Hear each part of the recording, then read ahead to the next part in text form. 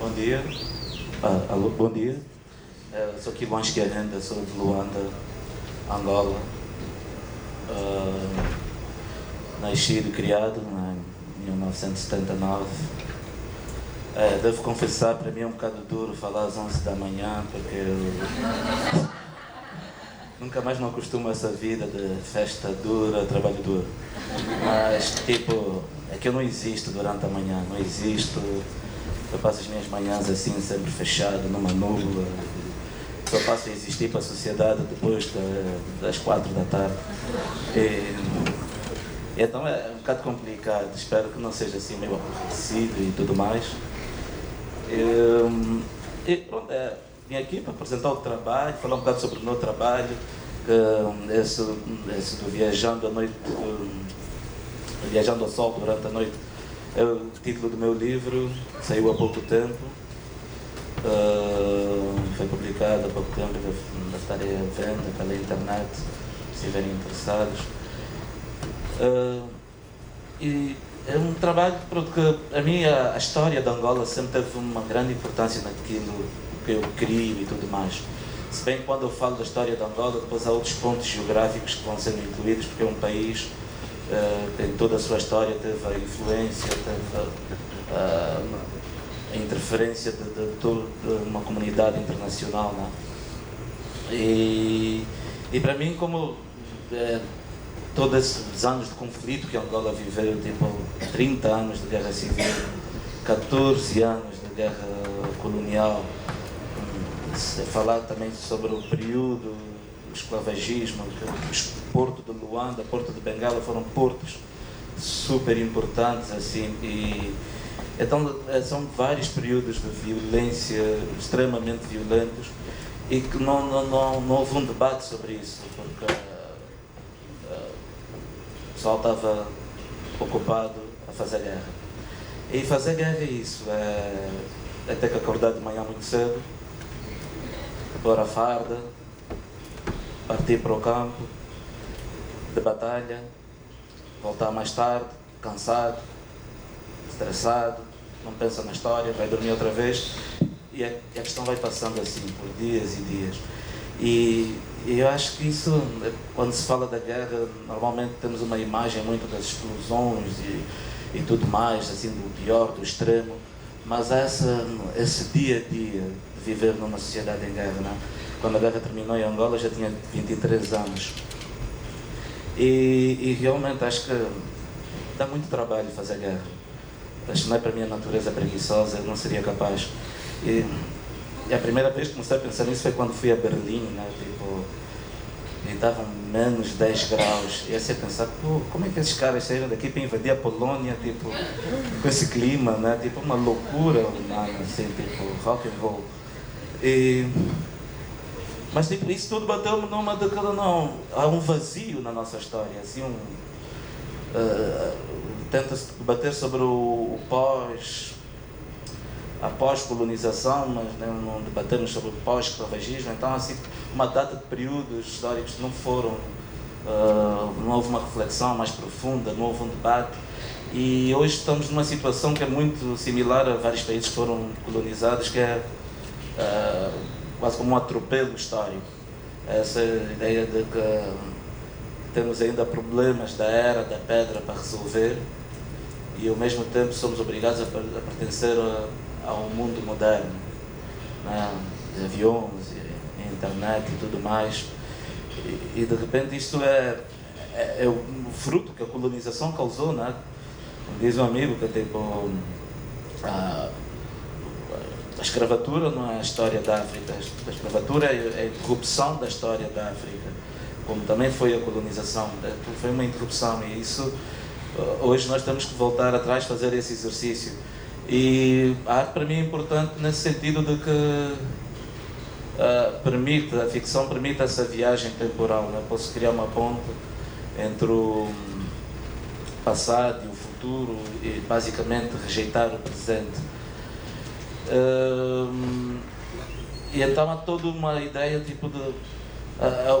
vou falar de um continente que foi constantemente pilhado. Então, uma temos que nos adaptar a uma forma de vida que é tipo, não há património, o legado do passado é muito pouco, há muito pouco acesso ao passado. E isso numa perspectiva mais da memória coletiva, da ideia de nação, mas também de um lado muito pessoal. Por exemplo, no caso da minha família, o meu pai, a mãe dele morreu depois de ele ter nascido, 20 dias depois de ele ter nascido.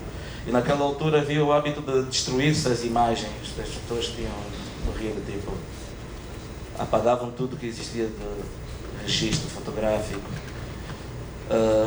Há algumas culturas que até hoje ainda, não diria uma cultura, mas há certas famílias que ainda têm o hábito de pôr uma cruz na cabeça, assim, na testa dos falecidos que estão na imagem. E isso causou, isso sempre foi assim, quase um trauma para o meu pai, de ter crescido sem nunca ter visto o rosto da mãe. E isso, quando chegou a adolescência, pensou em suicídio, perturbava-lhe muito, mas até que chegou um momento e pensou, caramba, tipo, isso está a acontecer porque existe a fotografia. Imagina quantas outras pessoas nunca viram o rosto de seus progenitores. E então ele teve que começar a resolver isso na sua mente e tudo mais, e há pouco tempo ele enviou um e-mail para todos os filhos, super emocionado. Isso foi tipo há um ano atrás, e meu pai tem quase 80 anos. E que era uma certidão de nascimento onde vinha uma assinatura da mãe dele. Ele assim super emocionado, tipo, aqui está uma prova de existência da minha mãe, mandou para nós e não sei o que. E o pessoal assim, tipo, dizer, ele é a própria prova de existência, não é? Mas é tipo, a assinatura para ele não. Mas é isso, e é daí que se passa numa de que aí vamos aprendendo a viver sem esse património, sem essa herança, e saber que nós somos a própria prova de existência. Há pouco tempo estava a falar ontem com o Lucas Parente, que é um amigo meu carioca, trabalha várias vezes comigo, e ele a falar sobre quando foi visitar o Museu Nacional no Rio, depois do incêndio, dias depois, durante um feriado de 7 de setembro, não é? E havia ali toda a criançada a brincar no parque, à volta. O museu ali ainda saía fumaça. E havia toda uma vida. E é nisso também que às vezes reflito muitas vezes de como podemos sobreviver a essa ausência, uma espécie de amnésia. E então vou realizando algum trabalho, queria certos questionamentos sobre a história, e às vezes pronto, um bocado de manipulação. Eu adoro a ideia de, como artista, poder mentir sem ser chamado de mentiroso. E então acho que isso para mim é importante, essa legitimidade que a ficção nos atribui, de poder manipular, mentir, fantasiar. E infelizmente nos dias de hoje isso já não cabe só aos artistas. Temos toda uma classe de jornalistas que conseguem ser muito mais criativos que os artistas. Eu acho que a grande concorrência, isso já desde há 10 anos que venho falando dessa coisa, não pode, é injusto. Um jornalista não pode agora fantasiar mais que o artista. E de repente os artistas até estão mais preocupados com o facto, com o documento, com a realidade. E os jornalistas já nem estão nem. E então, nesse processo, eu vou mostrar agora um projeto que se chama A Poderosa de Bom Jesus, que eu fiz em 2008, decidi fazer uma viagem ao sul da Angola, isso depois da guerra ter terminado, anos depois, para saber o que é que se passava, né, com todo o investimento chinês, as estradas. E eu sei que no sul da Angola existem muitas populações, culturas ancestrais, e eu queria saber qual é o impacto desses anos de paz sobre esses povos ancestrais. E então fiz essa viagem mais para o sul, incluí o deserto e tudo mais. E fiz com imagens como essa, assim, que misturava imagens de outdoor e depois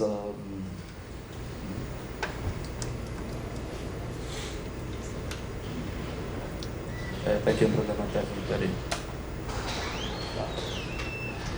Então depois também encontrei material nos mercados, onde vindos da China, que são sacos onde tem adubo para cultivar a terra, que esses povos ancestrais agora têm usado, né? Nesse caso da mulher moída.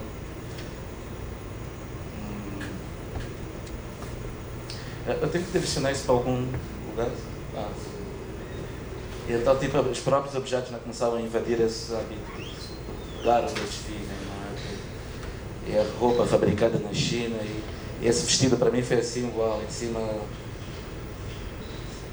Esse plano para mim dessa mulher aí parada e tudo mais era como bem representativo do que estava-se a passar naquele momento, né? Os outdoors institucionais, as campanhas. Pronto, é assim uma imagem mais daquilo que se pode pensar sobre a África. Então daí eu parti para essa imagem. Foi tipo como uma síntese dessa viagem, porque depois de eu ter voltado do sul da Angola, né, ter passado esse tempo lá, um mês por aí, houve uma noite, fomos dar uma carona a um amigo para a zona nós chamamos Mosec, aqui chamam favela, né? As comunidades. E conheci um grupo de travestis. E para mim foi assim, um impacto, porque tenho vários amigos travestis e tudo mais do lado da cidade, mas não contava da tamanha liberdade e a organização de todo esse grupo dentro das favelas e de como exibiam todo o orgulho, toda uma postura.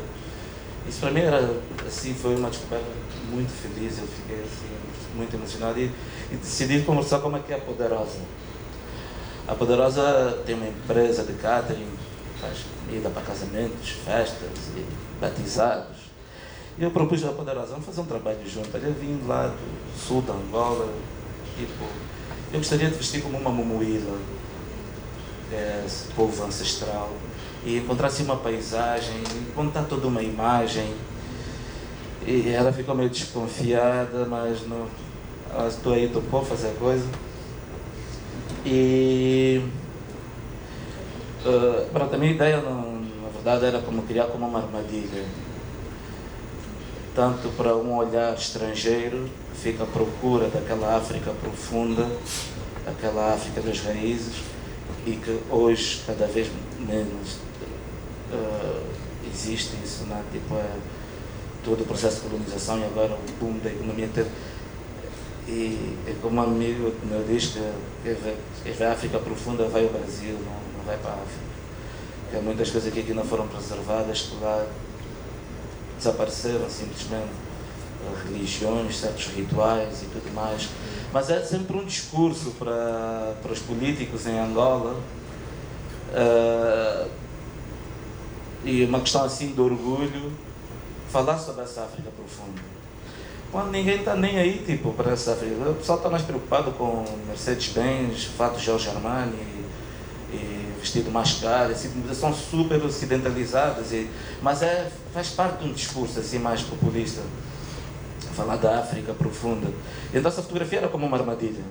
Surgiu assim como as pessoas entravam na sala e olhavam e pensavam, uma mulher africana tradicional, mas quando dessem a segunda olhada, assim, nem sequer é mulher, viam os saltos altos e então os sapatos, nem sequer é tradicional, então obrigava essa mirada, né, mais contemplativa. E no fundo eu também comecei a sentir muito da ignorância das pessoas, porque há uma ideia de que esses povos ancestrais que vivem no deserto, que também são angolanos, também fazem parte desse conceito de nação, mas são completamente postos de partes, e muito dessa ideia, não, eles adoram viver assim. Eles adoram, não, porque vamos lá mexer na vida deles? Eles adoram, como se fossem peças no museu. E eu, muito nessas comunidades que sentiram um sofrimento, porque é uma miséria, no extremo. Estar num grupo de mucubais no deserto e ver as crianças uma garrafa d'água, espera que a terra baixasse para poder dar um golinho. Quer dizer, então remeter as pessoas essa ideia de ser uma peça de museu e aí que tem que ficar. Isso para mim é super revoltante. Então essa fotografia começou a levantar vários debates. Há pessoal que se chateou, tipo, eu não podia estar a pegar nas nossas tradições e estar a manipular assim, fazer tudo que é, pronto, dos conservadores e uma vez expus essa fotografia em São Paulo, isso foi em 2009, e em São Paulo apareceu um sujeito, Bantu Tabacissa, angolano, que já vive há 30 anos em São Paulo, e ele era assim tipo como o representante da cultura africana em São Paulo. Ele apareceu na exposição assim numa meio de marcar o terreno, tipo, quem são esses artistas dali? Da arte contemporânea africana, tipo. Então chegou lá, explicou tudo o que faz, não, eu entendo de arte, pintura, cozinha, culinária, né? Tipo, e dança, e música, e tudo. Ficou 10 minutos e desapareceu da exposição. E eu depois voltei a Luanda e passado 2 meses a caminho do estúdio,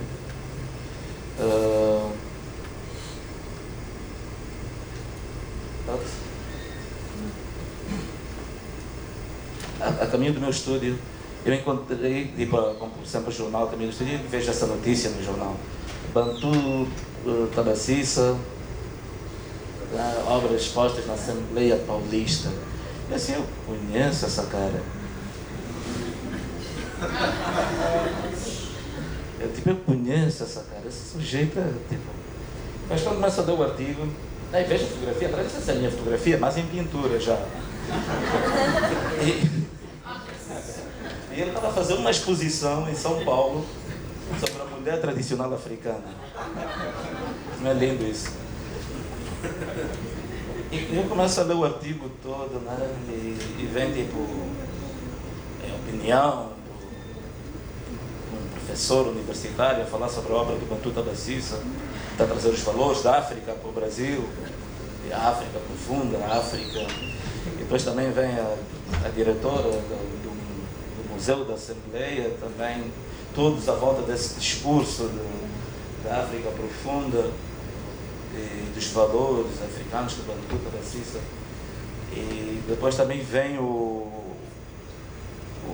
assistente do deputado que pagou pela exposição, todo assim um enredo todo, né?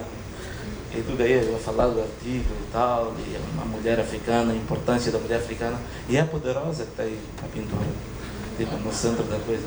Isso que louco, tipo, eu não sabia, tipo, assim, uma coisa, eu olhava, tipo, chateou um bocado de ter usado os saltos altos também, né? Foi um detalhe que mais me chateou, mas o resto eu achei, tipo, perfeito, porque é a continuidade do trabalho, né? Tipo, o Bantu caiu nessa armadilha. Mas juro que eu fico impressionado como é que ele não se apercebeu, porque eu a seguir ups. Por aqui não. Eu Pelé sempre aí para a bola. Esse trabalho não é meu, não tem nada a ver com isso. Então, eu comprei a pintura do Bantu, mas o Bantu não sabe que eu comprei. O Bantu nem faz ideia. Essa história tem que continuar, tipo um namoro assim, tipo, vai ser longo prazo. Eu acho que não, vamos ter mais um encontro. Depois vai terminar assim como os filmes americanos, num tribunal, tipo, aí acusações e tudo mais. Mas até eu comprei a pintura e pedi uma amiga minha para ir comprar a pintura, uma amiga que vive em São Paulo. E ela é jornalista, então ela mais do que comprar a pintura fez questão de gravar a conversa com o Bantu. E meu Deus, tipo, foi assim 1 hora de conversa. Meu Deus, o Bantu dizia tanta coisa. Tipo, que essa mulher faz parte de uma tribo, existem 40 tribos, das milhares de tribos em África, e essa é uma cultura, e ela assim, tipo, e no final eu cheguei a essa conclusão, tipo, não, faz sentido. Faz sentido, porque o artista também tem essa coisa aí, como um alquimista, né? Tipo, e no trabalho do Bantu, a Poderosa é uma mulher. E é o sonho da Poderosa, né? É ser uma mulher. É o que ela almeja, que ela falava, conversava comigo, né? Tipo, e todas as operações que queria fazer. E então o Bantu realizou esse sonho. E quanto eu fico aqui tipo, a dizer a todo mundo que ela não é mulher travesti, não sei o que, é super feio. Tipo, mas esse trabalho para mim fez refletir muito essa ideia de como olhamos para essa África pré-colonial e há um lado que diz que era um inferno, na visão de escritores como Joseph Conrad, que escreveu O Coração das Trevas, né? Escritor inglês da expedição pelo Congo, em África como um animal que tem que ser domesticado. E depois há essa África pré-colonial, que é um discurso mais populista, de que era um paraíso antes dos europeus chegarem. Era um paraíso e não havia guerras. E depois ainda um discurso mais homofóbico, que quem levou a homossexualidade para a África foram os europeus. E há quem tente provar isso e tudo mais. Quer dizer, tudo disparates, assim. Na verdade, se alguma coisa que os europeus levaram para a África foi a homofobia, através da igreja. E então há toda essa fantasia sobre esse período. Mais uma vez, não, ainda há muito para se debater e repensar.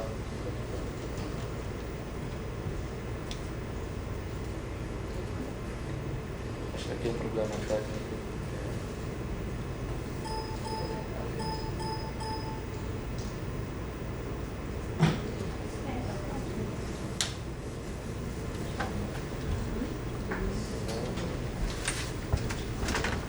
Esse é a segunda pasta.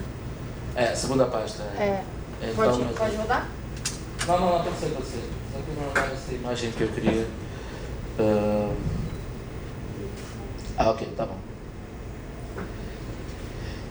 Então, esse projeto que eu vou falar agora é o projeto Ícaros 13. Então, o Ícaros 13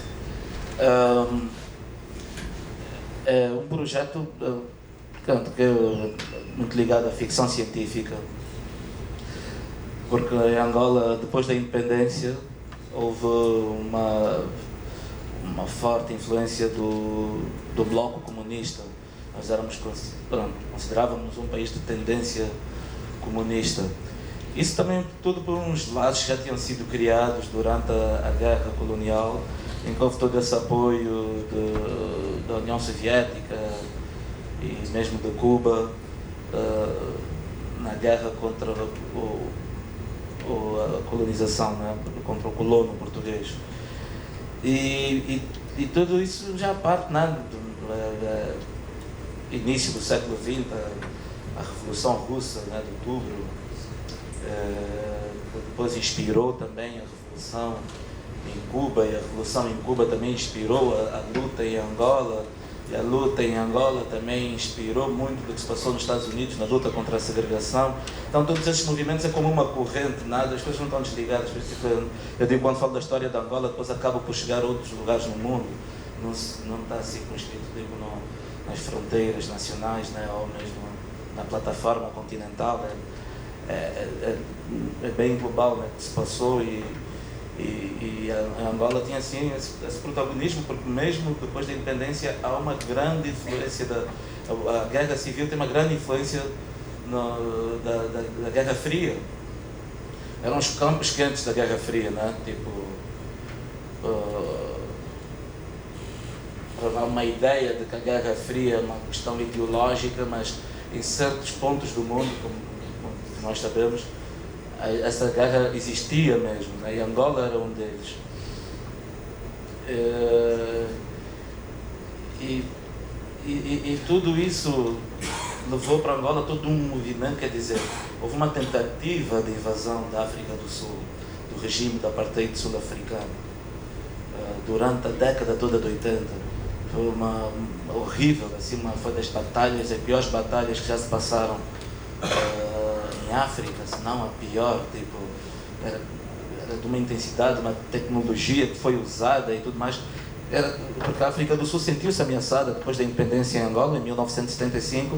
Julgaram bem, se Angola está independente, daqui a nada isso chega para a Namíbia, daqui a nada nós também estamos em risco aqui, o nosso regime da apartheid.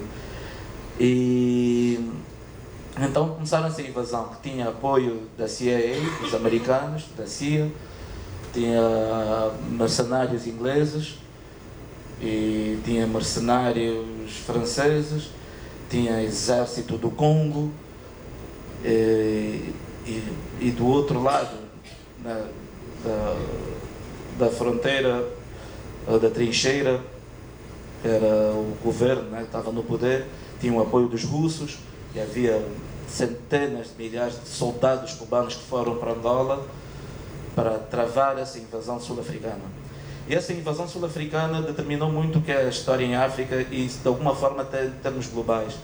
Porque a ideia toda era criar um corredor desde a África do Sul, Namíbia, Angola e Congo. Não estamos a falar nada mais, nada menos, se calhar, das zonas mais ricas do planeta. Então, tipo, a história seria bem diferente. E para nós, a presença cubana foi muito importante para travar essa invasão. E então há uma relação muito chegada de irmandade entre Angola e Cuba e tudo mais, né, que significa para nós essa presença. E também pelo lado cultural, nessa questão militar e tudo mais. E acontece que a imprensa internacional falava desse conflito de Angola como uma guerra tribal. Não, o povo do Sul tem problemas com o povo do Norte, são as tribos. Quer dizer, estão 10 países internacionais envolvidos e o pessoal, não, é uma guerra tribal. Tipo, e é assim, tipo, então quando é que se decide? O que é uma guerra mundial, não é? Uma guerra mundial é quando cai uma bomba no centro de Paris. Uou, isso é uma guerra mundial. Então, quem tem a legitimidade de dizer o que é uma guerra mundial ou não, não é? E eu acho que, no fundo, o pessoal está ansioso à espera da Terceira Guerra Mundial, mas tenho que vos dar a má notícia que a Primeira Guerra Mundial nunca terminou. Quer dizer, que o século XX traz essa globalização do conflito e que depois torna-se essa ideia do conflito proxy, né? Essa influência, às vezes com uma certa distância, mas está já enraizado. Aí não vale a pena ficar à espera da Terceira Guerra Mundial, porque a Primeira continua. E há esse legado, então, tipo, essa influência da Angola, essa influência comunista em Angola, que é assim, a primeira doutrina que é adotada, e é que fazia mais sentido, porque um país que sai de um período colonial e que boa parte da população não sabia ler, as pessoas não eram formadas e tudo mais, seria uma loucura querer entrar para uma economia de mercado, um capitalismo aí desenfreado, nem pensar. Então tinha aquela ideia de concentrar tudo no aparelho do Estado, e a ideia da distribuição, o equilíbrio, claro que com todos os seus defeitos e todos os seus problemas, se calhar perfeito demais para a raça humana.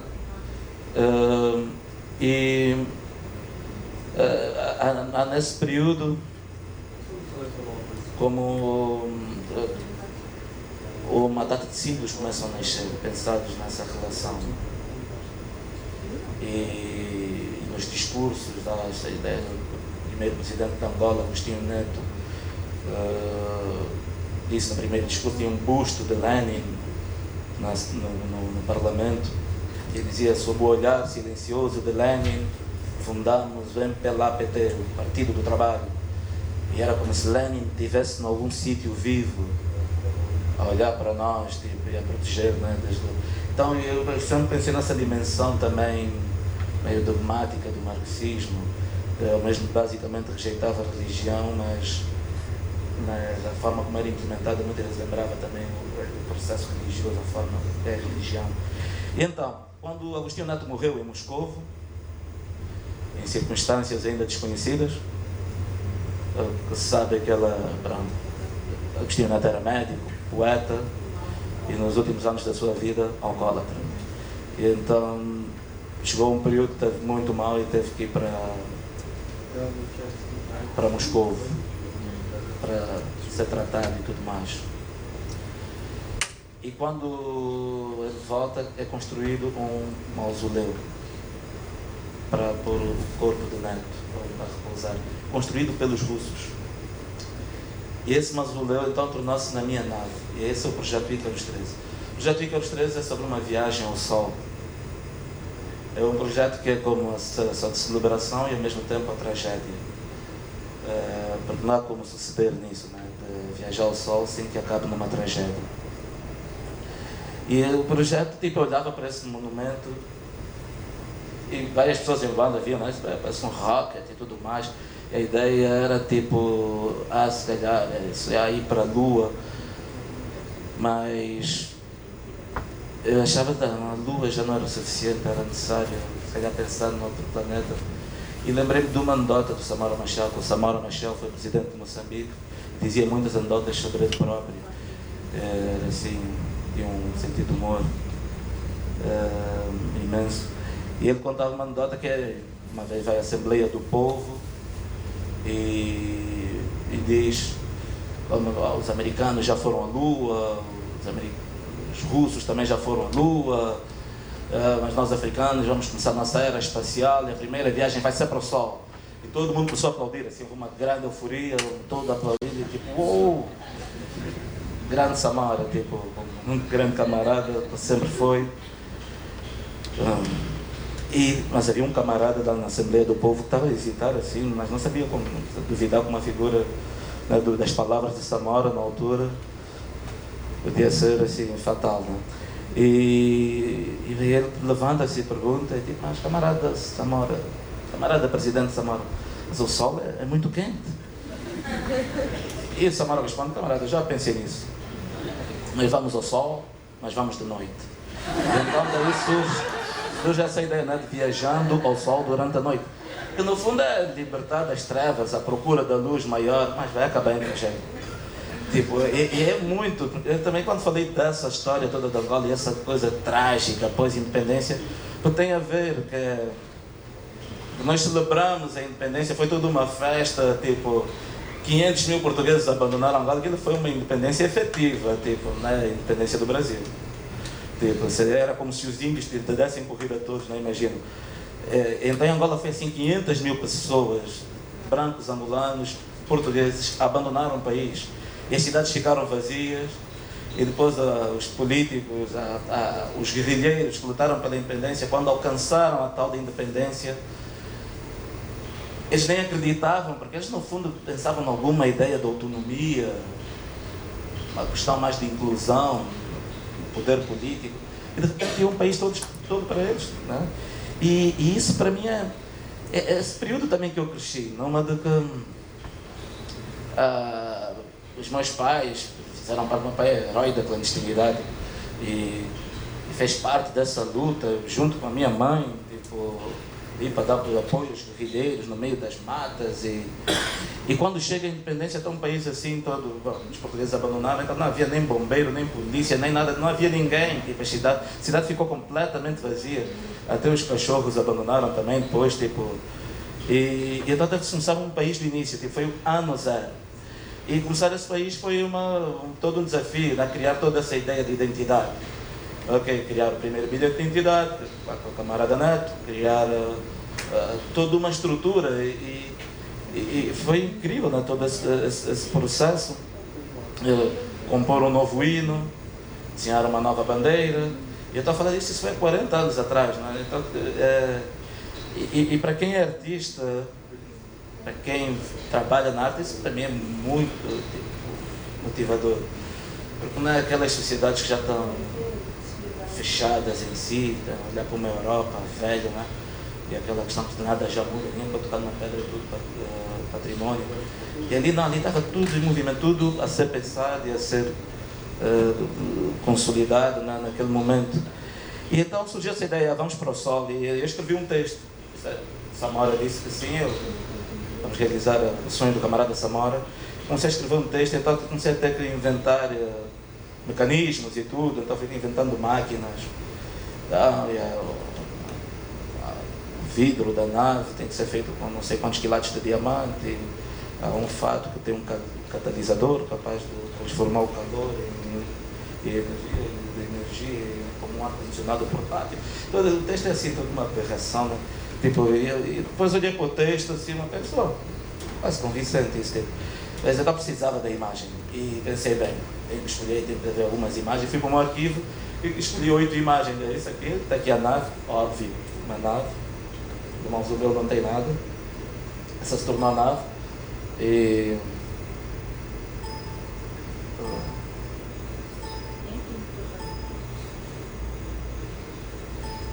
esse sinal aí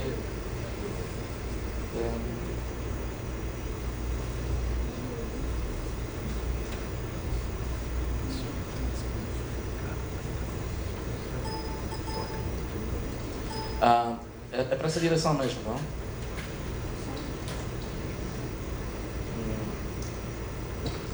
Então, o que eu vou mostrar a seguir são essas imagens que eu usei para provar que a viagem aconteceu.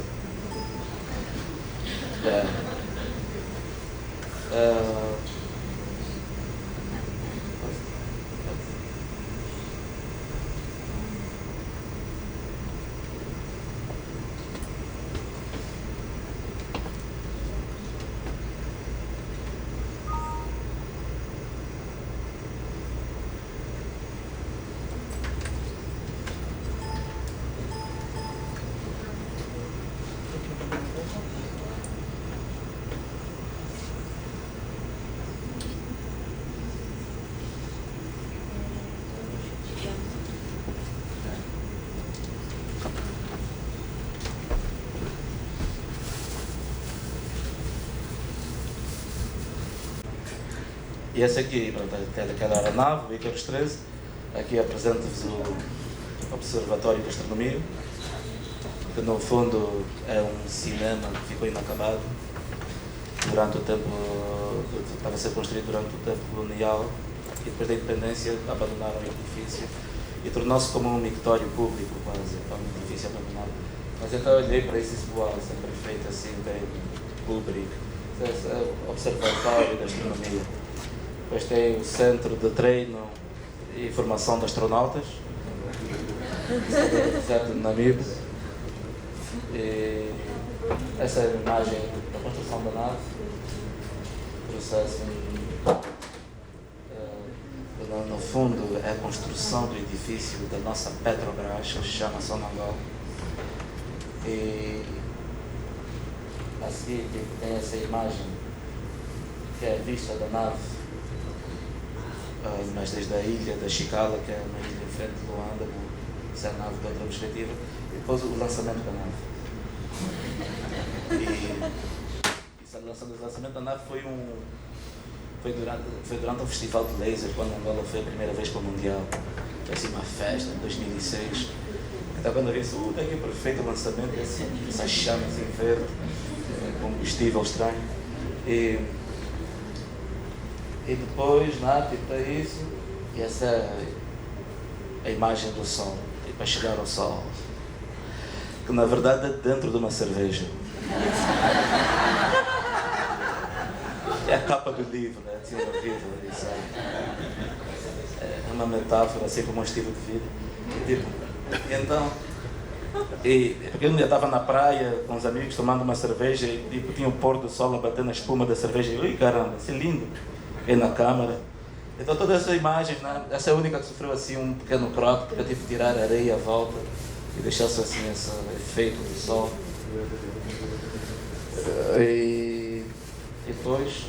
Ops, desculpa,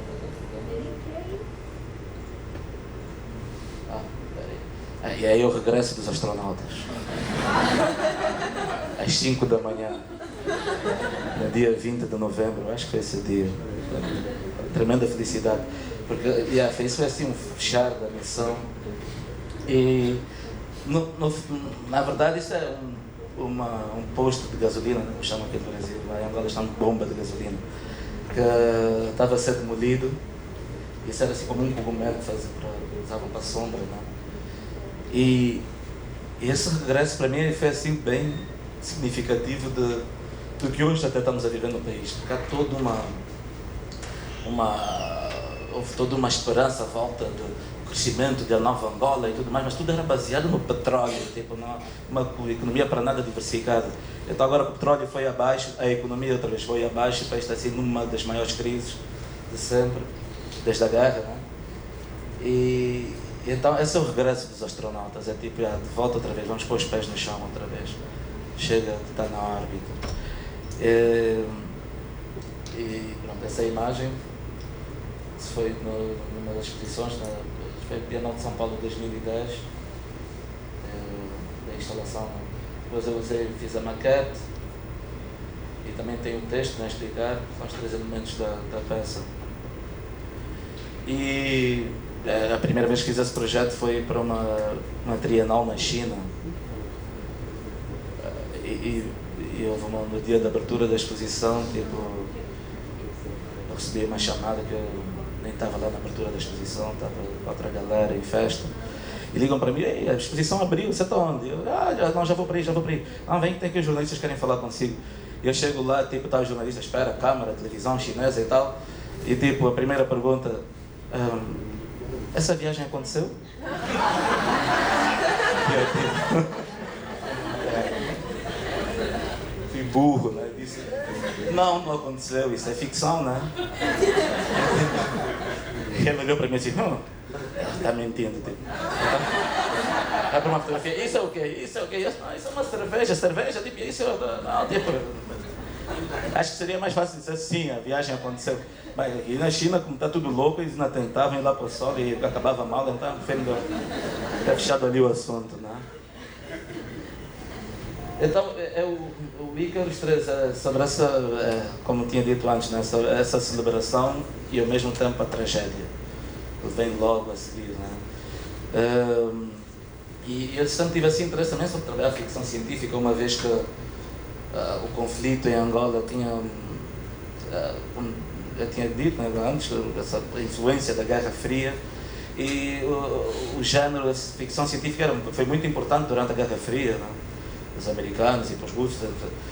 Nesse período em que se vive uma extrema violência, a ficção torna-se muito importante, é como um retiro e ao mesmo tempo criar uma ideia de invencibilidade, criar uma ideia e poder criar a paranoia do inimigo, né? Se olhava todos o cinema americano, ficção científica, a literatura, sempre a pensar nessa ideia do inimigo que vem invadir, mas de repente aparece um super-herói, Dr. Manhattan, coisa assim, e salva a América. E isso sempre fez pensar, né, de como é que isso podia ser traduzido também na nossa realidade, né? Ou seria um paralelo. E no fundo, pronto, é um projeto que eu não vou mostrar aqui, mas que eu fiz há pouco tempo, que era essa relação entre ficção científica e a feitiçaria, né? Feitiço. Muito do que eu via da narrativa da guerra, das várias histórias que eu vi sobre a guerra, eram coisas muito loucas, assim, tipo homens voando, teletransportação e ubiquidade, atravessar montanhas e pouco assim. Ouvia-se muitas essas histórias durante a guerra e esses fenómenos todos, essa manifestação desses fenómenos, eram muito semelhantes também ao que acontecia nos filmes de ficção científica, na verdade. Então, em África não existe bem comum. Agora, cada vez mais, desde de 2000, final de 90, artistas trabalham muito a ideia desta ficção científica, mas naquela altura não havia esse tipo de narrativas. Então, feitiço, para mim, era o mais próximo. E mais uma vez, o feitiço era, quer dizer, acreditando ou não, para mim, esse género de ficção necessário para manter a luta continuar, tipo, a continuidade da luta, não é? E mesmo durante o período colonial havia um mito de que as balas dos portugueses eram como água e não matavam, porque o armamento dos guerrilheiros angolanos era tão mau que eles não conseguiam combater, né, com a mesma proporção, e então tinham que criar esses mitos. Não, a bala dos portugueses não mata. Vamos atacar, as balas são como água. E os militares portugueses, para provar que as suas balas matavam, começaram rituais de decapitação, cortar a cabeça dos corpos e espetar em árvores e tudo mais, para provar às pessoas que as balas realmente matam.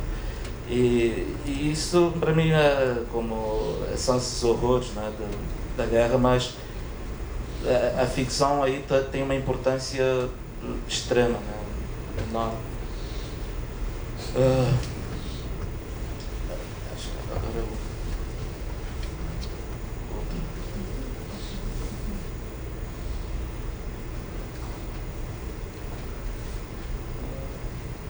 Então, a parte dessa busca, investigação da história e tudo mais, havia uma fortaleza em Luanda que eu visitava muitas vezes, e onde foram postos os monumentos portugueses, foram retirados das praças, dos pedestais onde estavam. Isso logo um ano depois da independência, em 1976, muito uma iniciativa dos cubanos, que era assim mais iconoclasta, tipo, acabou tudo esse legado português, é partir tudo, é tirar tudo. E esses monumentos foram levados para essa fortaleza. Então, entre esses monumentos havia o primeiro rei de Portugal, Dom Afonso Henriques, havia o Camões, Vasco da Gama, toda a galera. Tipo, foram todos levados para aí. Paulo Dias de Novaes, que foi o fundador da cidade de Luanda. E há um momento em que a fortaleza está em obras, eles colheram tudo para um pátio, e também a praça onde estava o monumento da Rainha Ginga, aqui de Costas, estava em obras e tiveram que levar para aí temporariamente o monumento da Rainha Ginga. E eu, quando entrei para esse espaço, para mim foi assim, caramba, era como a história a ser recontada outra vez. Porque a Rainha Ginga, que é uma das figuras mais importantes da história africana, da sua resistência, a resistência contra a presença colonial portuguesa, esteve presa nessa fortaleza. A irmã dela morreu aí. Mas ela depois foi libertada e tudo mais. Ela morreu com 84 anos, por altura, assim, um grande feito, né? Viver tantos anos.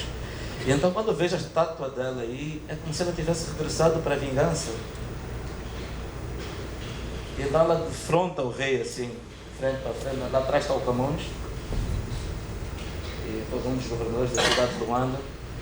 E não sei porque eu voltei. E à volta há todos esses armamentos, tipo, séculos de guerra, né? Desde a ocupação colonial, canhões com 200 anos, maquinaria da invasão sul-africana, e dizer assim todo períodos da história, esses vários reis. Então está ali o Camões a tentar apaziguar a situação, o homem da palavra, né? Tipo, horrinha, tipo, numa de... porque a situação estava tensa. É que o monumento da rainha era maior do que o deles, era duas vezes maior, e ela estava assim com o machado para cima, e o rei já com a espada para baixo. Então aquilo vai ser assim uma situação de vingança. A rainha foi lá ajustar as contas. Então ela chegou num 4x4 russo. Aí com seu machado e cunhado, depois vai tudo para as quadras da polícia. Tipo, aí o rei começa a dar explicações, né? Tipo, foi mal entendido. Entretanto, o Paulo Dias de Novaes, que foi o homem que construiu a fortaleza, está no meio dos dois, já cortado em 4 partes. Esse não se safou, não. Construiu a fortaleza, fodeu. Tipo, está aí enrolado, né? Primeiro refém da rainha. E aí o Vasco da Gama. E ali está outro que já escapou, né? Tipo, saiu da situação. Que era o Diogo Cão, foi o primeiro que chegou lá, tipo, foi o que descobriu Angola, como se diz, tipo, que descobriu o reino do Congo, Diogo Cão. Nós às vezes na piada dizemos, não, quem descobriu Angola não foi um cão chamado Diogo.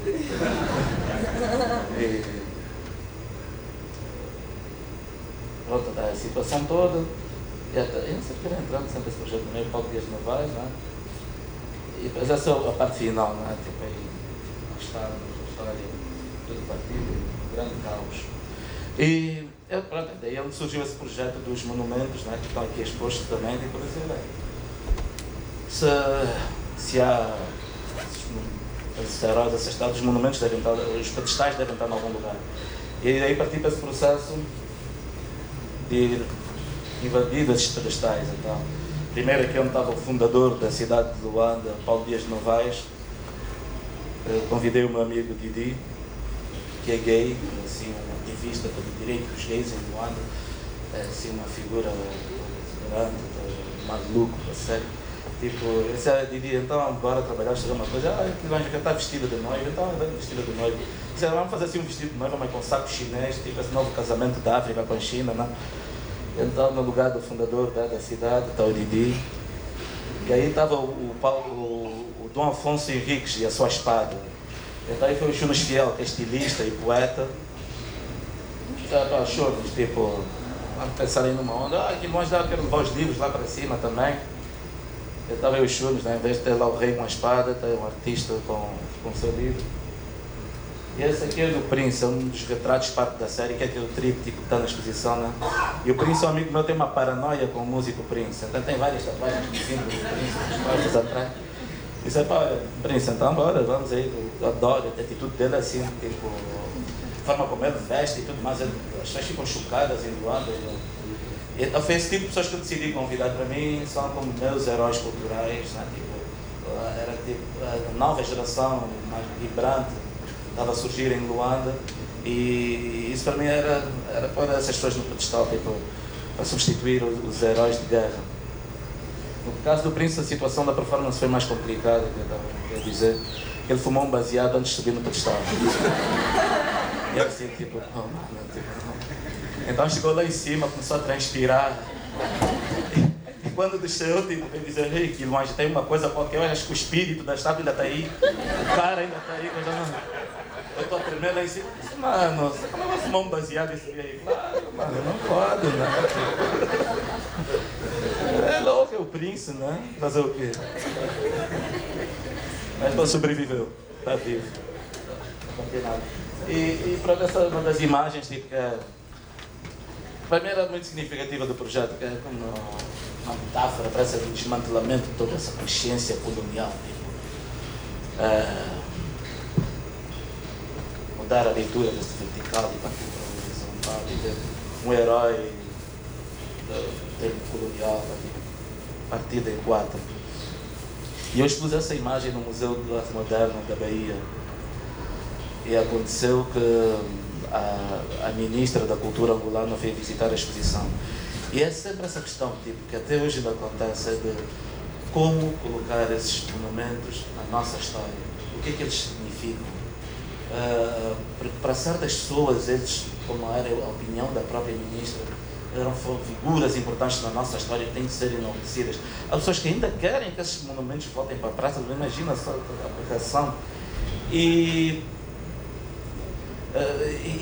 tudo isso porque as pessoas que estão no poder em Angola ainda, de alguma forma, ainda estão colonizadas, né? Então o processo de descolonização não se limita ao içar de bandeiras e compor hinos, né? Até hoje, né, estamos a trabalhar nisso. E a ministra era assim, dessas mentes bem colonizadas ainda. E quando eu expliquei a ela, disse, não sei no que isso cabe na nossa história. E ela ficou assim, não, você não sabe o que diz. Nós sabemos o que vamos fazer com isso. Nós vamos criar o Museu do Colono.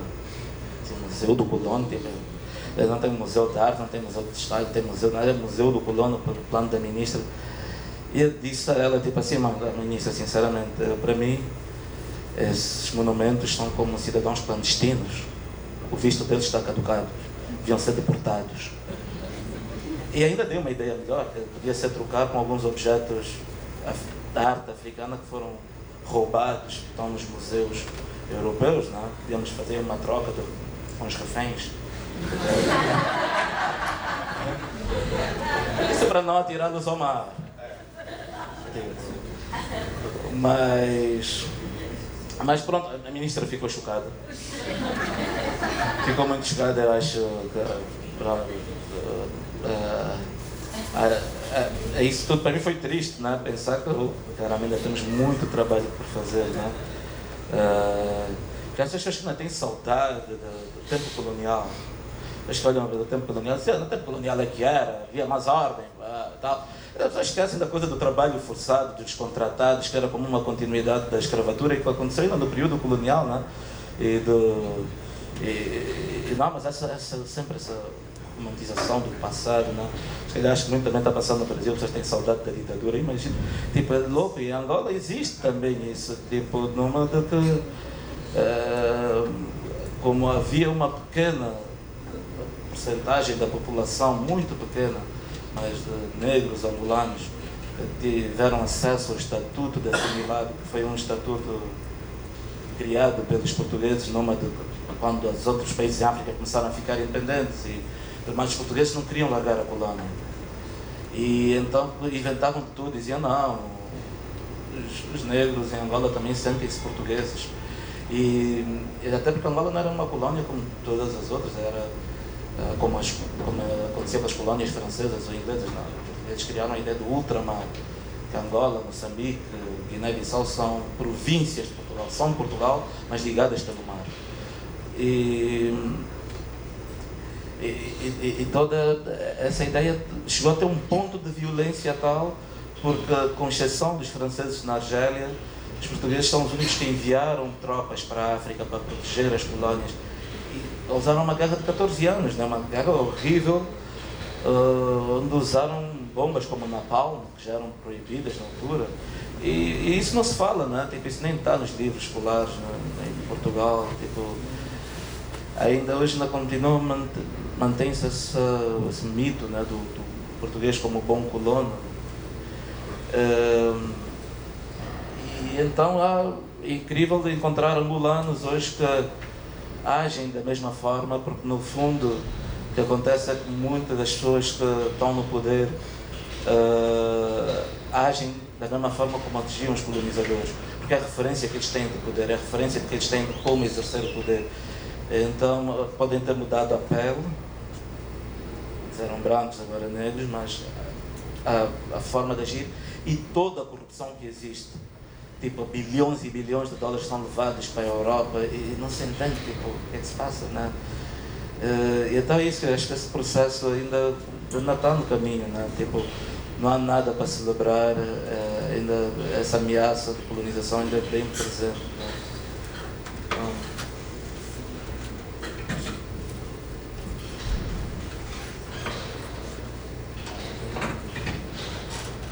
Então, eu fui convidado para fazer uma intervenção no monumento em Lisboa, que foi do rei, o monumento do Dom Carlos I. Dom Carlos I foi assassinado, consideraram um regicídio em 1910, mas ele foi assim o homem que é celebrado por ter consolidado o ultramar, as colónias, e quem enviou exércitos para a colónia, pronto. E esse momento não continuei a celebrar essa história bastante violenta de Dom Carlos I. Então fui convidado a fazer essa intervenção, vai ter que ser um bocado rápido, não é? E decidi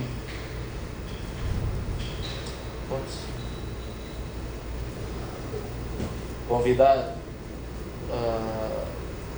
um grupo de senhoras que tem tocam um batuco, que é um estilo de música de Cabo Verde, e que é uma expressão cultural que quase foi extinta durante a época colonial em Cabo Verde, porque era considerada africana demais.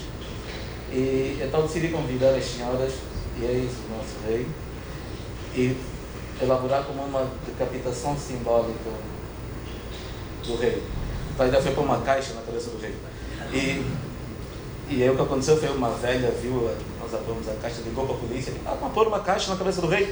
E veio a polícia, houve toda uma negociação e estava a ser considerado como uma ofensa ao Estado, e que era como queimar a bandeira portuguesa.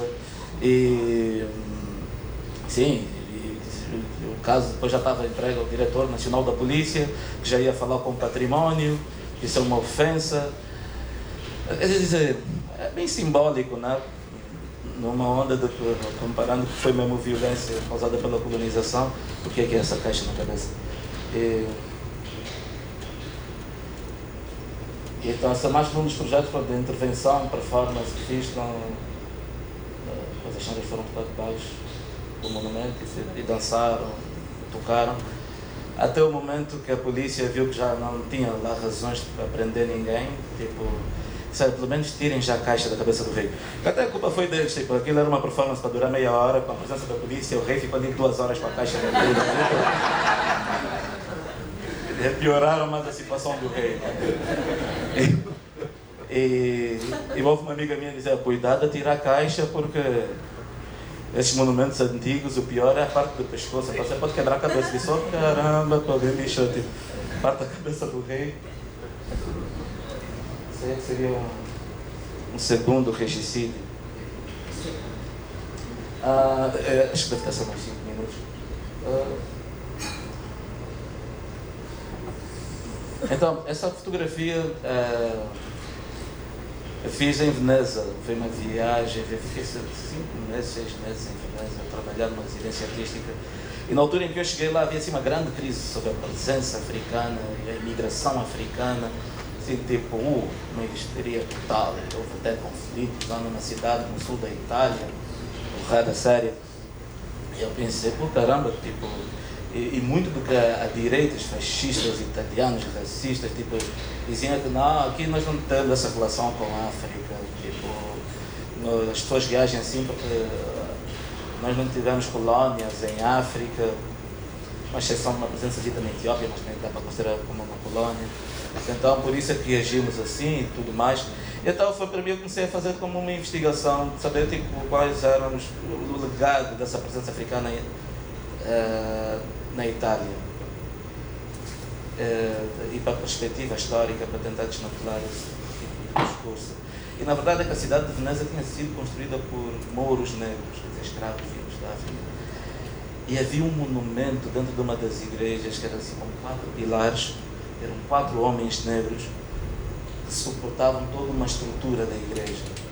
E com sacos assim às costas, depois do saco tinha um senhor com um chicote, depois uns dragões ao lado, depois mais em cima no topo a religião, os anjinhos, mas isso tudo sustentado sobre as costas desses 4 figuras negras.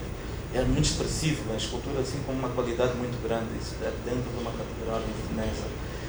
E então esse retrato, que é o grande no italiano, foi muito como retirar esse peso das costas e trazer uma imagem que dignificasse mais essa presença, que não fosse esse sofrimento. Mas era muito difícil poder encontrar esse legado, tipo, digo, na literatura ou nas artes, nas artes plásticas, pintura, não é?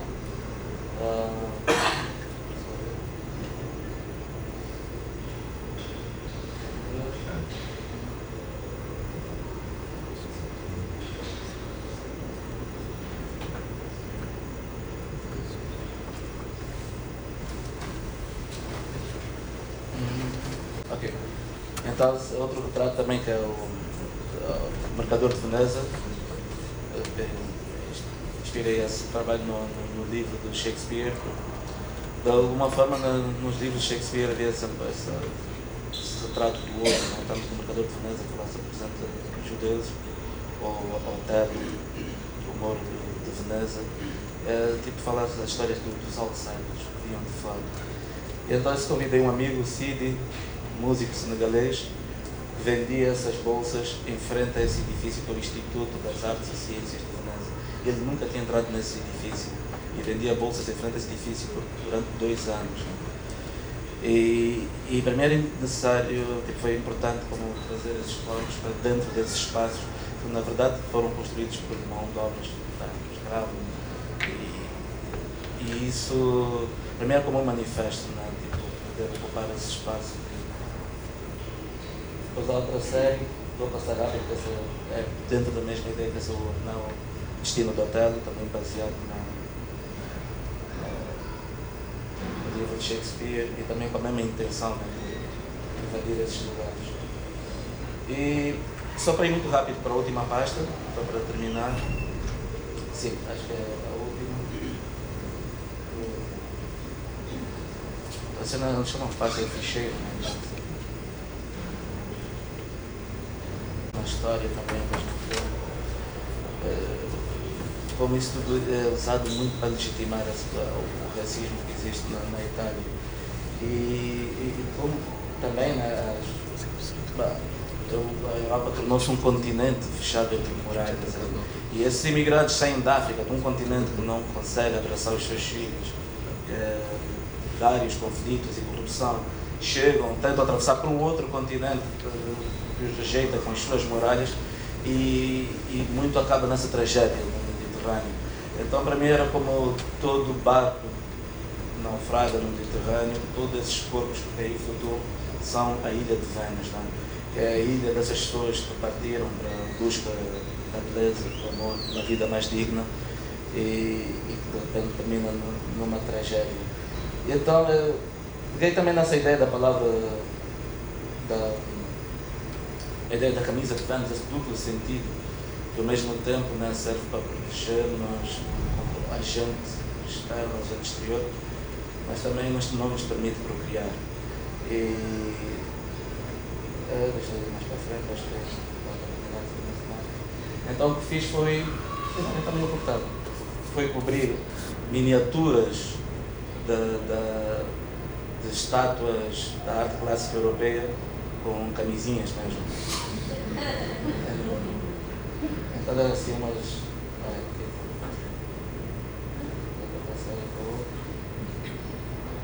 uma da nascença de Davi,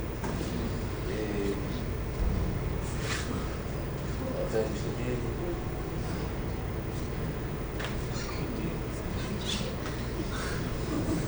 Vênus do Botticelli.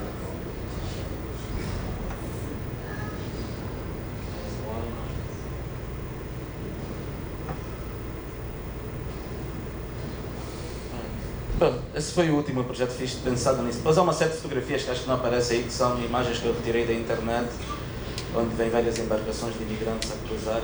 Eu simplesmente, pronto, de preto, precisa muito na pornografia, não é, para censurar.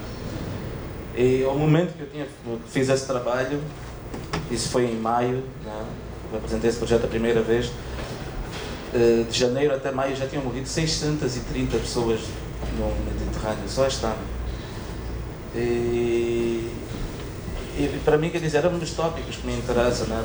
Deslocar um bocadinho essa ideia de como já tinha dito, né? Eu falo da história de Angola, mas do momento que começo a falar sobre a história de Angola, todos esses pontos de interesse me levam para outras geografias. Essa foi a apresentação, espero que tenham curtido e fico por aqui.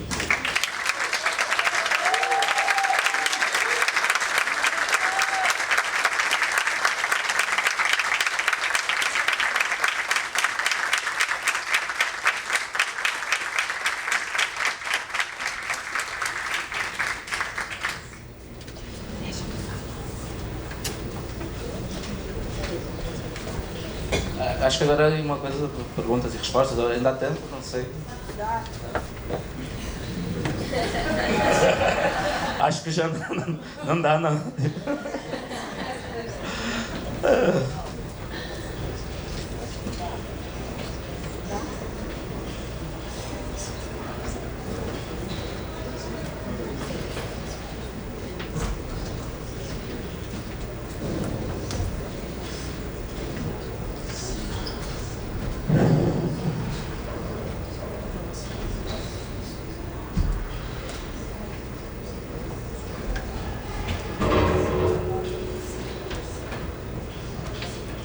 Bom dia, muito obrigada, Kiwanji, pela excelente apresentação. Eu gostaria de perguntar relativamente às relações entre jovens artistas ou novas gerações de artistas dentro dos países africanos de língua portuguesa. Enfim, fala-se muito de comunidades criativas ou diálogos. Eu trabalho com Moçambique, não é? Mais do outro lado da costa. E realmente em Moçambique, como em Angola, tenho ouvido bastante essa questão que os jovens artistas se falam pouco, se encontram pouco, tem poucas oportunidades para haver um diálogo dentro do continente africano, não é? As redes ainda são muito mediadas por Lisboa, por Paris, por Londres, enfim. Então, gostaria de ouvir um pouco a sua experiência e o que é que acha que seria importante que acontecesse nessas comunidades, não é? Que tem a ver também com arte, mas também literatura, enfim, várias possibilidades de produção artística dentro do continente africano.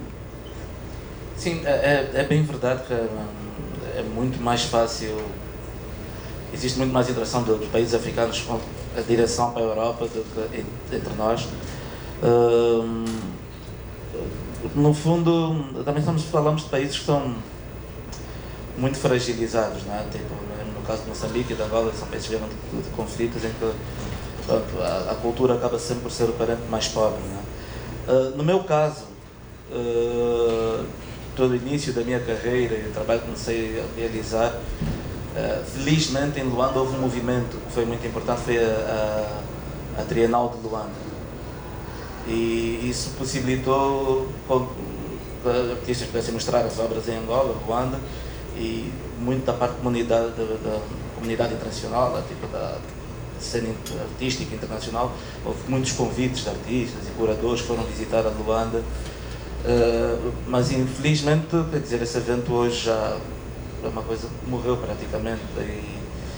Então, mas para mim foi importante de que a minha carreira tenha partido de dentro da Angola para fora.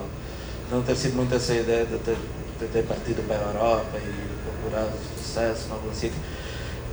Porque depois, no fundo, tem que ter cuidado, é necessário uma certa autonomia, porque muitos projetos têm sido feitos à volta com os artistas africanos, que é pensado muitas vezes por europeus, e às vezes continua a prevalecer esse discurso meio colonizador no meio disso tudo, que é um bocadinho enaltecer toda essa questão da língua portuguesa, onde nos une e tudo mais. E às vezes sou acho um bocado suspeito isso tudo, não é? A própria forma como se fala muito sobre o discurso pós-colonial e muitas vezes é quase como um revivalismo da colonização. E então, tipo, a África tem esse problema nesse momento, que nós comunicamos muito pouco entre nós, porque houve um período que havia uma luta em comum, tá, que era contra a presença colonial, então houve o pan-africanismo e uma união maior, mas nesse momento é uma coisa, está muito estruturada toda esta ideia da irmandade africana, porque no fundo, por exemplo, na África Ocidental, países como Senegal, Mali e tudo mais, são países muito dependentes do ex-colonizador. Na França, tem que pagar taxa de colonização. Isso dificulta muito tipo, todo o crescimento das estruturas, das instituições culturais. E acho que tem muito a ver com a questão económica dos países, né? E social. Né?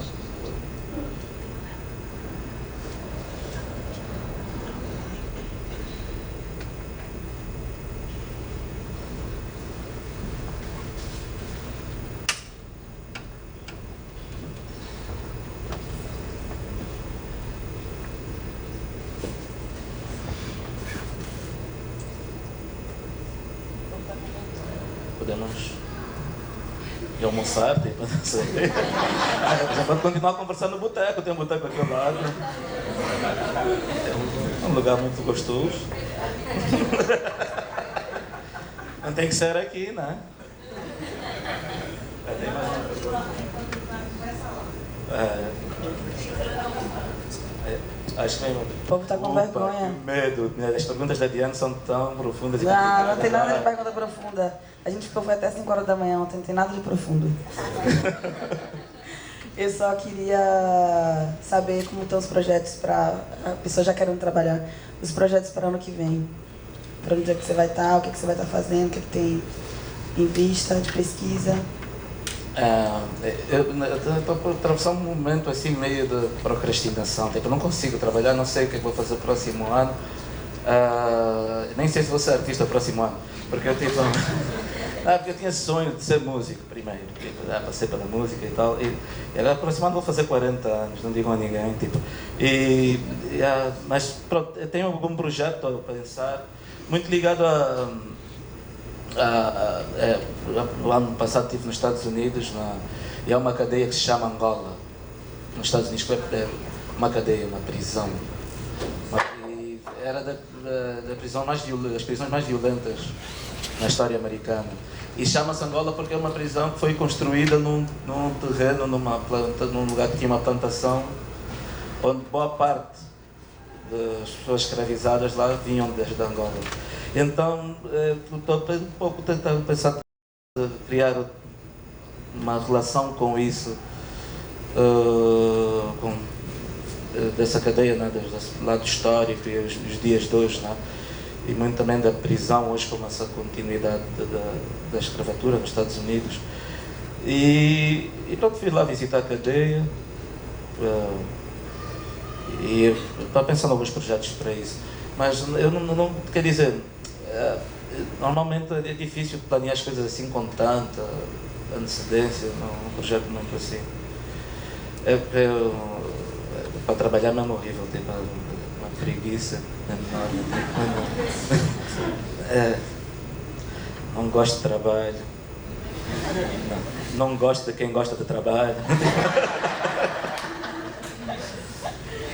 E escola também é um problema, tipo, eu sempre odiei escola.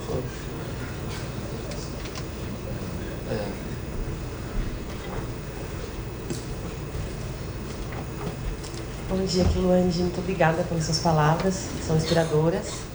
Meu nome é Juliana dos Santos. Na verdade não é uma pergunta, mas é mais uma manifestação de identificação, assim. É muito bonito ver teu trabalho, é um trabalho que me faz pensar qual é a função da arte, sabe? Quando a gente volta para aquela pergunta inicial, assim, às vezes a gente, enquanto artista, a gente se perde um pouco e me pergunta, gente, mas o que eu estou fazendo aqui mesmo? Por que eu decidi, né, fazer arte, né? E quando eu vejo suas fotografias, eu vejo seu trabalho, é um trabalho que comunica com questões que muitas vezes por palavras a gente não consegue trazer, né? Então, eu queria te fazer uma pergunta, se é uma pergunta, como que é para você essas discussões acerca da negritude que o seu trabalho traz, mas que não necessariamente eu acho que está ali presente, mas não sei até que ponto isso para você é algo primordial no seu trabalho, na sua produção.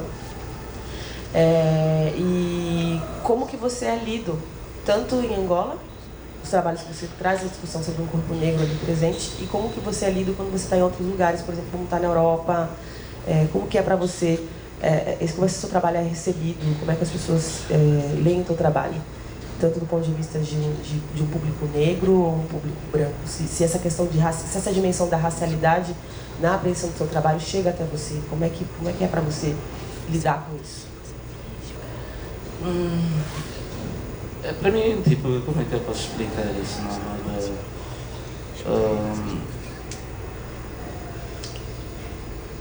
Claro, há muita diferença, né, de se mostrar para uma audiência ocidental ou na audiência em Angola. Na verdade, para mim é muito importante o lado estético, o impacto estético. Né? Para mim é como uma armadilha, uma forma de atrair as pessoas e uma vez postas, né, atraídas pela esse lado estético, poderem começar a entender as histórias que estão por detrás. E, na verdade, eu tento atribuir, tentar negar desconstruir toda essa ausência de reflexão sobre a história, não é? Então, mas normalmente eu rejeito o presente. Então eu não tenho bem noção do que impacto tem sobre as pessoas, não é uma coisa que passa sobre a minha leitura, que me questiona tanto, não é? Eu acho que é mesmo assim por preocupações minhas pessoais, não é? Claro, muito ligado à questão da Angola, à África, mas é um lado humano, não é? Sai também da ideia de raça e é mesmo essa a tentativa de encurtar distâncias, melhorar a comunicação.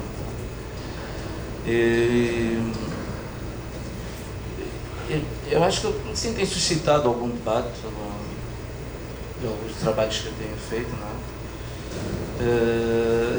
E para mim essa ideia continua presente, porque eu, no fundo,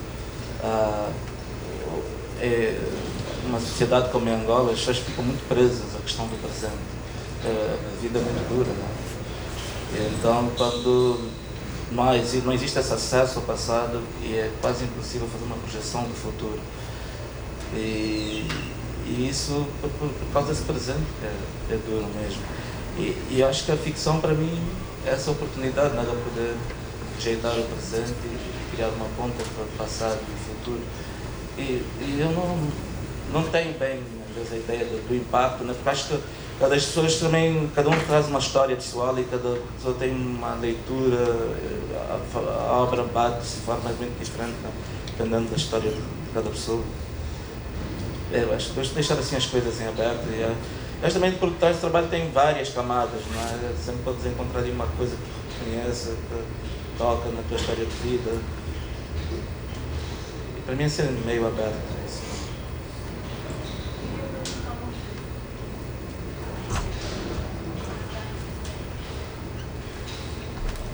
Boa tarde a todos e a todas. Parabéns, Silonge, pela sua apresentação e seu trabalho. Minha pergunta vai no sentido da questão da base, né? A arte, ela é muito bonita, interessante, faz a gente pensar, mas existe uma questão estrutural, né? A questão do financiamento da arte. No Brasil, nunca foi fácil ser artista, né? E ser artista negro, pior ainda. E ser artista que não está no Sul, pior ainda, né? A cada nível que você vai, estando na periferia, é mais difícil, né? Então, o governo ficou mais difícil agora, né, com a associação de alguns editais, né, do financiamento da cultura. Né? Praticamente a cultura no Brasil hoje está falida. Então, o melhor momento foi a partir do processo do governo do PT, somente no governo Lula, né, que houve uma série de investimentos na cultura e tal. E eu gostaria de entender como você faz, né? Como é em Angola o processo de financiamento da cultura, se você lança a mão desses programas do governo de Angola, e como você faz para sustentar sua arte, né? De você ir para a China, de você ir para a Alemanha, de você ir para circular, e, né? Como é que funciona isso, né? E também você sendo um artista negro, né? Em Angola não existe apoio institucional. Tipo, não existem editais ou coisas assim, é impossível. Muito o que aconteceu foi a iniciativa privada, começaram a aparecer pessoas com interesse de colecionar e muito poucas pessoas, tipo, vem como 5 colecionadores em Angola, compram o meu trabalho, mas muito pouco também, quer dizer. No início havia uma relação muito maior, mas o que eu fiz foi sempre, onde eu investi tudo aquilo que já ganhei das vendas que consegui fazer em Angola, foi investir em produção de mais trabalho. Tipo, não tenho casa própria, não tenho carro, então sempre o que eu direcionei completamente tudo ganhava para a produção de mais trabalho, e isso, pronto, foi... uma coisa vai provocando outra, não é? Para explicar toda essa dimensão internacional e as viagens é complicado, porque também é uma fórmula aí que parece estar no momento certo, na hora certa, com a pessoa certa, não é? É muito difícil explicar como é que isso pode acontecer, não é? Tive essa felicidade, pronto, de conhecer vários curadores, todo aquilo passa a palavra, não é? Tipo, e também porque no meu trabalho eu já sou assim um bocado, parece que eu consigo falar sobre todos os tópicos. Eu mostrei aqui esse trabalho, mas também às vezes faço trabalhos ligados à arquitetura, né? Às vezes os curadores vêm com as suas preocupações e eu vou lá no file, tipo, aqui, não, sobre esse tópico, não, eu fiz um trabalho sobre esse tópico. Então, quer dizer, há muitas das preocupações que eu tenho no meu trabalho, elas saem dessa ideia das fronteiras, né? Tipo, fazem parte de um debate que hoje tem sido muito importante em várias partes do mundo. E eu acho que é isso como, da forma como eu fui trabalhando sobre a história da Angola, sobre o meu lugar, mas sempre tentando dar essa perspectiva internacional, sempre incluindo todos esses outros fatores, não fazer aquilo como uma conversa de quintal, tipo, só fechado ali dentro da nação. E isso, acho que também foi um dos fatores que permitiu o meu trabalho estar na cena internacional. Agora, apoio institucional em Angola, esquece. Não existe mesmo. Tipo, não existe.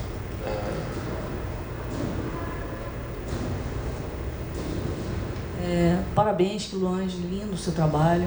Estou bastante impactada.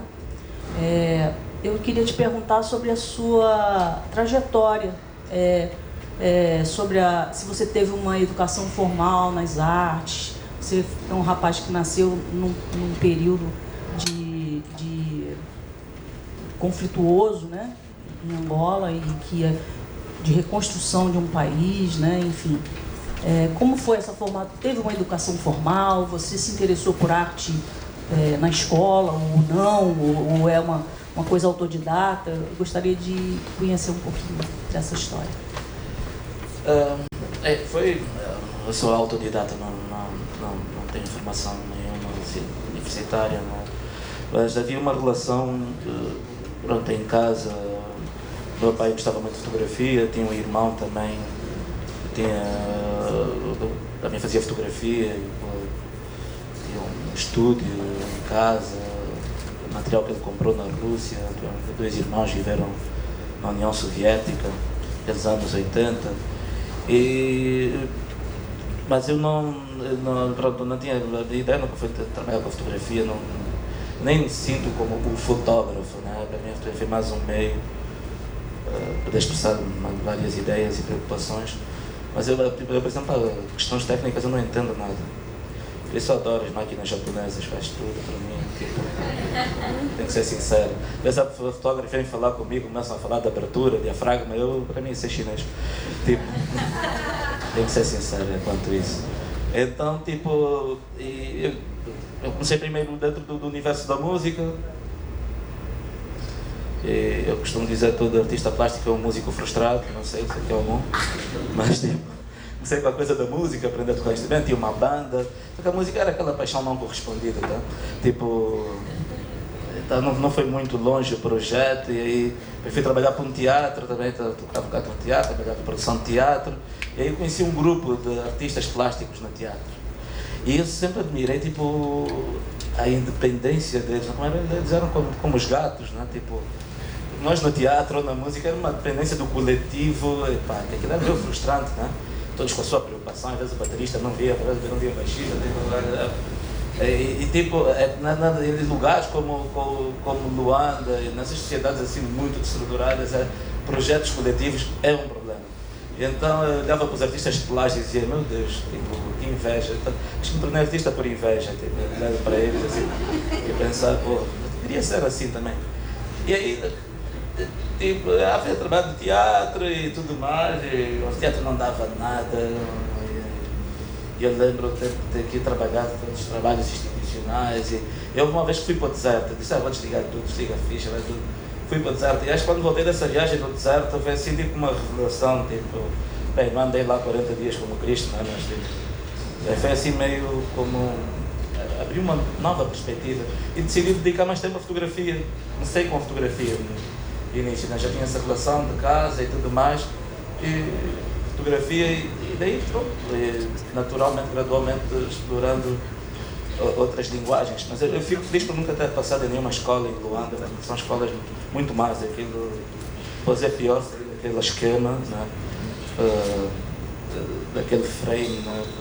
Das escolas, depois as más escolas, a escola em geral, como já disse, não gosto de escola. Acho que é um lugar, o melhor é de poder conhecer pessoas que querem o mesmo que nós, mas eu sempre tive esse lado da autodidata e também por ter um pai que cultivava muita coisa da literatura e os livros, a produção de ler, sempre foi muito presente no nosso lar, e acho que foi juntando essas coisas, não é?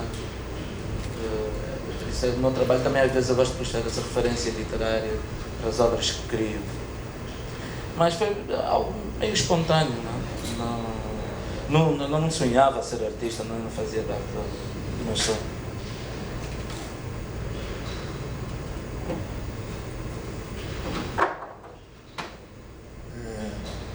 Boa tarde, eu sou Lázaro Roberto, um dos criadores do Zumbi, aqui o fotográfico, né? E queria saber como é que você ainda está vivo, né? Depois de tanto apronte em Angola, como é que você ainda está vivo, né? Depois de tanto apronte e afrontar o sistema angolano, né?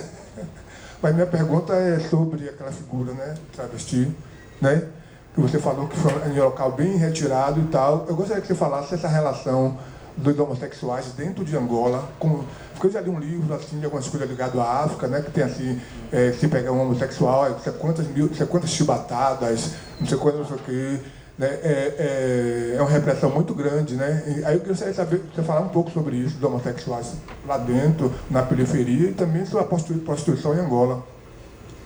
Em Angola é um crime. A lei prevê como um crime, mas nunca ninguém foi preso ou coisa assim. Tipo, dentro do contexto africano, ainda é dos lugares mais abertos, assim, mais liberais na questão da homossexualidade. Mas, tal, né, como eu tinha dito antes, há muita homofobia também causada pela religião. E estamos a falar do país com mais católicos em África. Então há todo... É uma atitude meio hipócrita, porque as pessoas sabem o que se passa e tudo mais, mas é como se, ok, você é homossexual, faça a sua vida, não demonstre às pessoas. Tipo, ninguém vai perseguir, ninguém vai fazer nada. Por exemplo, houve uma questão de um beijo gay numa novela há pouco tempo em Luanda, aquilo causou um escândalo, a novela foi cancelada e tudo mais. Não, porque é isso, porque é como, bem, não vamos debater sobre isso, faça a sua vida, fique em silêncio, não traga isso como debate público, não traga isso, não tente problematizar. Então, assim como uma atitude meio hipócrita, né? A pessoa fecha os olhos mas devo dizer, fico feliz porque há muitos países em África que é mesmo duro, né?